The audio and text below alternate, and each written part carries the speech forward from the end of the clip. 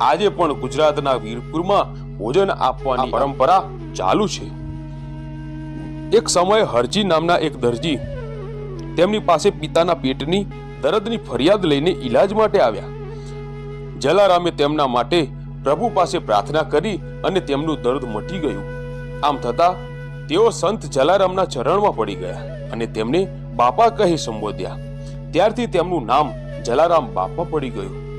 આ ઘટના પછી લોકો તેમની પાસે પોતાની વ્યાધિઓના ઈલાજ માટે અને અન્ય દુઃખો લઈને આવવા લાગ્યા। જલારામ બાપા ભગવાન પાસે તેમના પ્રાર્થના કરતા અને લોકોના દુઃખ દૂર થઈ જતા। હિન્દુ તેમજ મુસલમાન બંને ધર્મના લોકો તેમના અનુયાયીઓ બન્યા।